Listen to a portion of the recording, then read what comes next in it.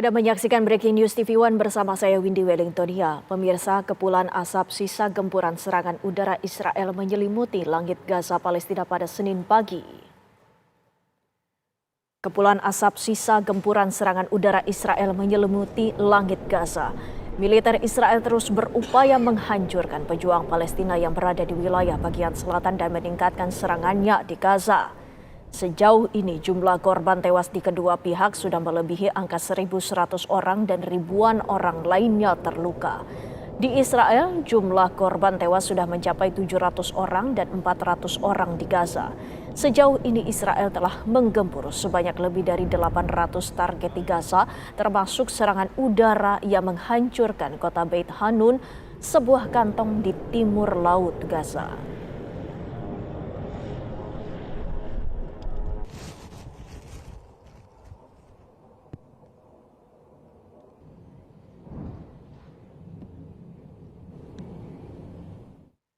Sebuah masjid yang berada di Khan Yunis di jalur Gaza hancur akibat serangan udara Israel. Seluruh bangunan Masjid Al-Amin hancur tidak bersisa. Terlihat warga Palestina di jalur Gaza menyisir barang-barang yang masih dapat digunakan.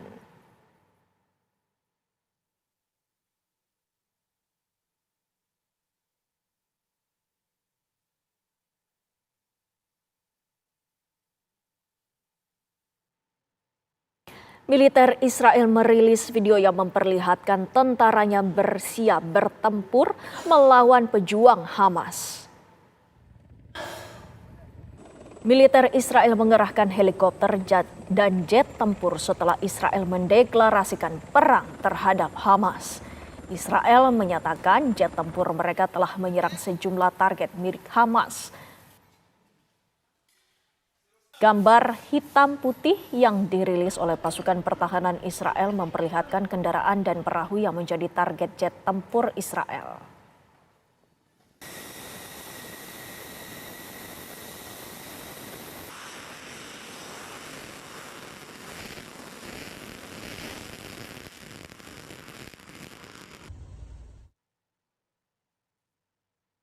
Dan Israel memperketat keamanan menyusul pertempuran sengit dengan Hamas sepanjang akhir pekan. Pasukan militer dan kepolisian Israel memblokade jalan di kota Netivot, Israel Selatan. Peningkatan keamanan digelar untuk mengamankan perbatasan dari serangan Hamas. Sejauh ini serangan pejuang Hamas telah menewaskan sebanyak 700 orang di Israel. Jumlah tersebut belum pernah terjadi di Israel selama beberapa dekade terakhir. Sementara jumlah korban tewas di Gaza mencapai 400 orang.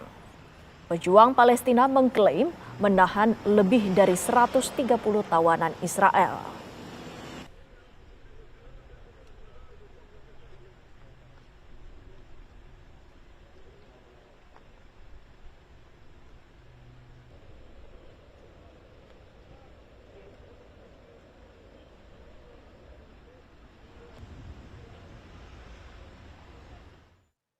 Pemirsa, kita mencoba melihat langsung kondisi di Gaza, Palestina. Kami sudah terhubung dengan Muhammad Hussein, WNI di Palestina. Assalamualaikum, selamat malam Mas Hussein. Waalaikumsalam warahmatullahi wabarakatuh. Selamat malam juga Mbak Wellington. Mas Hussein, ini bagaimana kondisi di sana saat ini, Mas Hussein? Ya, sampai detik ini kita masih bisa mendengar suara dentuman bom-bom dari jet-jet tempur Israel. Nah, baru saja terdengar lagi jet-jet tempur Israel masih terus melancarkan serangannya ke sejumlah wilayah di jalur Gaza dan rumah-rumah warga sipil masih menjadi target utama dan juga fasilitas umum diantaranya masjid dan juga perkantoran. Ini menyebabkan korban jiwa terus bertambah dari pihak Gaza. Hari ini saat ini sudah mencapai, ya, berdasarkan informasi dari Kementerian Kesehatan, sudah lebih dari 570 warga Gaza meninggal terbunuh selama 3 hari terakhir ini. Sementara korban luka sudah mencapai lebih dari 3.000 dan potensi bertambahnya jumlah ini sangat besar karena masih banyak korban yang belum bisa dievakuasi dari dalam reruntuhan bangunan yang hancur oleh jet tempur Israel. Ya, Mas Hussein, ini bolehkah kami bertanya, Mas Hussein sendiri posisinya ini di mana? Saat ini saya lagi ada di dalam Rumah Sakit Indonesia di kota Bet Lahia, jalur Gaza bagian utara. Kota Bet Lahia ini adalah kota perbatasan yang jarak dari kami ke perbatasan Israel ini tidak jauh, hanya beberapa kilo. Dan ini menjadi kota yang menjadi langganan serangan-serangan brutal Israel dalam berbagai agresi militernya dalam beberapa tahun terakhir. Mas Hussein, lantas bagaimana kondisi Rumah Sakit Indonesia di sana saat ini, Mas Hussein? Ya, alhamdulillah, meskipun dengan segala keterbatasan, Rumah Sakit Indonesia di Gaza masih bisa beroperasi. Ya, sekali lagi karena banyaknya keterbatasan, baik itu krisis dari segi medis, ya, tenaga medis, obat-obatan dan fasilitas, bahan bakar listrik. Namun, ya untuk sejauh ini masih survive. Akan tetapi sudah diwanti-wanti oleh pihak rumah sakit bahwa kalau pasokan bahan bakar terus dihentikan seperti yang sudah dilakukan dalam 2 hari terakhir ini, maka kemungkinan listrik di Rumah Sakit Indonesia akan terancam akan putus, dan ini akan mengakibatkan tidak optimalnya operasional tim medis dalam menangani korban-korban luka yang banyak sekali datang ke Rumah Sakit Indonesia. Perlu diketahui juga bahwa Rumah Sakit Indonesia ini menjadi rumah sakit utama di 3 kota besar di utara, kota Bet Lahia, Jabalia, dan Bet Hanun, di mana 420.000 warga 3 kota ini sangat bergantung pada keberadaan Rumah Sakit Indonesia. Jadi kalau Rumah Sakit Indonesia ini berhenti beroperasi, maka kita bisa membayangkan betapa carut marutnya kondisi pasien yang tersebar di 3 kota besar ini. Mas Hussein, kami mendapatkan informasi bahwa dari Israel sendiri akan melancarkan serangan darat. Apa upaya dan juga antisipasi yang akan dilakukan apabila serangan tersebut benar akan dilakukan oleh Israel, Mas Hussein? Ya, ini bukan pertama kali ya ancaman ini dilemparkan oleh Israel. Tahun 2014 pun dalam agresi militer selama 50 hari, itu juga saya merasakan langsung setelah 2 minggu Gaza dibombardir dari udara, dari darat, perbatasan dengan tank baja, dan dari laut. Kemudian 2 minggu setelahnya Kementerian Angkatan Darat Israel itu mengirimkan ribuan personilnya masuk ke wilayah jalur Gaza untuk melakukan operasi darat, namun berhasil digagalkan oleh para pejuang. Dan persiapan para pejuang memang sudah sangat matang ya. Itulah kenapa sampai saat ini Gaza belum bisa tersentuh, artinya belum bisa dikuasai lagi sejak 2006. Karena memang kita semua mengetahui bahwa kemampuan militer Israel dalam pertempuran darat itu sangat lemah ya, karena banyak sekali informasi yang memang sudah hal yang lumrah di Gaza itu tersebar bahwa para tentara Israel ini pengecut sekali. Jadi mereka sangat mudah down mentalnya ketika berhadapan face to face. Itu terbukti, terlihat dari banyaknya jumlah tentara yang tewas dalam 3 hari terakhir, sudah mencapai 900 pemukim ilegal Yahudi Israel yang terbunuh dalam baku tembak melawan para pejuang Gaza yang sudah berhasil keluar dari Gaza dan memasuki wilayah pemukiman ilegal Yahudi, di mana dari 900 itu 90% adalah tentara. Itu menggambarkan memang lemahnya kekuatan militer Israel saat berhadapan dengan musuh atau dengan para pejuang Gaza dalam kondisi pertempuran darat. Mas Hussein, tadi Anda juga sempat menyinggung sedikit dengan adanya banyak rudal yang terus menggempur ke wilayah jalur Gaza ini. Bagaimana kondisi dengan air bersih dan juga pasokan listrik di sana? Ya, Kementerian Angkatan Darat Israel sudah mengeluarkan statement sejak 2 hari yang lalu bahwa pihak Israel ini akan dan sudah mereka lakukan itu memutus pasokan listrik dan air bersih, termasuk komunikasi. Nah, makanya saat ini di sebagian besar wilayah Gaza ini tidak ada internet, tidak ada akses internet. Saya juga sampai harus numpang di ruang manajemen Rumah Sakit Indonesia karena di tempat saya tinggal gak ada internet. Makanya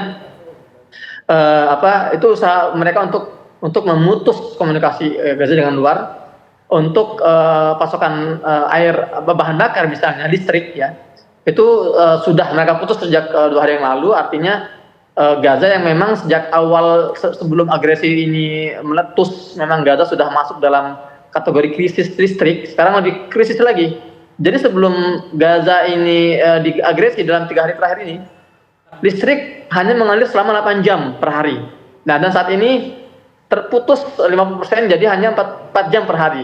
Jadi warga Gaza ya hanya menikmati listrik selama 4 jam per hari. Juga air bersih juga sama. Sekarang persediaan air bersih ini sudah berkurang sebanyak 80%. Kalau saya tidak salah dengar itu 80% sudah berkurang. Dan itu pun dengan catatan bahwa sebelum adanya agresi memang hanya sekitar 2% air di Gaza ini yang memang layak konsumsi. Jadi memang krisis ini semakin parah dengan adanya agresi militer secara masif ke Gaza. Dan ini kita baru permulaan, karena kalau kita membaca dan menganalisa banyak statement dari pejabat-pejabat tinggi Israel bahwa agresi kali ini akan sangat panjang ya, melihat besarnya kerugian yang telah diderita oleh Israel sejauh ini. Lantas untuk warga sendiri bagaimana kondisinya dan juga upaya dari Israel untuk melakukan isolasi, apakah ada tindak lanjutnya, Mas Hussein? Ya, warga terpaksa harus bersabar dan mereka sudah terbiasa bersabar. Namun kali ini terkesan lebih sulit ya. Kenapa? Karena di tengah gelombang normalisasi negara-negara Arab, artinya perdamaian antara Arab Israel, artinya semakin berkurang dukungan negara-negara Arab untuk Palestina dan semakin bertambah dukungan negara-negara Arab untuk Israel. Nah, itu menjadi satu poin. Poin kedua, Israel juga sudah menutup pintu perbatasan logistik. Jadi di Gaza ini ada 3 pintu perbatasan aktif dari total 7, ada 3 yang aktif. Pertama, pintu perbatasan Karim Abu Salim di wilayah utara, ini adalah khusus untuk logistik dan komersil. Kedua, perbatasan Erez untuk tamu-tamu VIP, para diplomat, utusan PBB dan sebagainya. Ketiga, perbatasan Rafah yang menghubungkan antara Gaza dengan Mesir. Ini salah satunya perlintasan sipil yang aktif. 2 dari 3 ini sudah ditutup.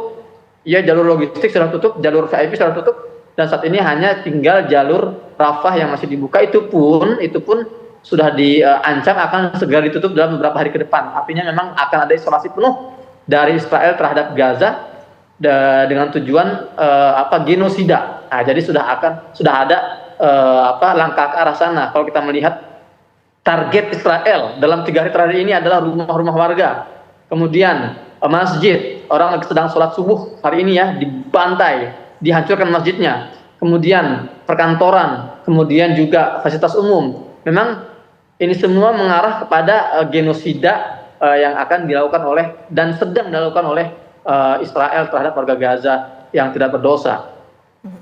Baik, terima kasih Mas Hussein atas informasinya kepada kami. Tentunya kita semua berdoa agar perdamaian itu segera terwujud.